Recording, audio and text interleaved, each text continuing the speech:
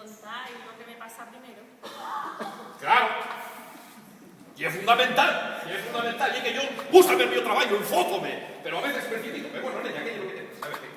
Tiene, entonces, un consejo. ¿Qué quiero que puedo hacer? Falta de estar sufriendo. Quizás que me deje morrer. Ay, madre, que trascallés, nena, no me no. Antes de suicidarte, dime qué es lo que te pasa. Vos querís, el ruse, que Bastián con otra fuse.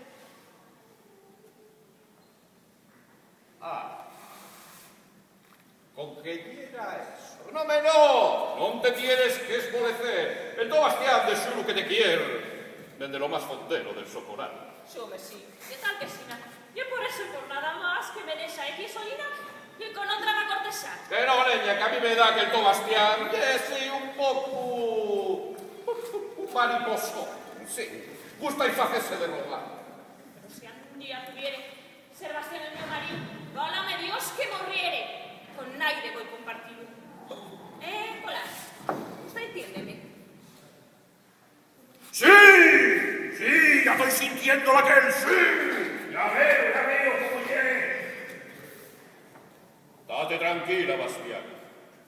El to Bastián de xuro tiene volver.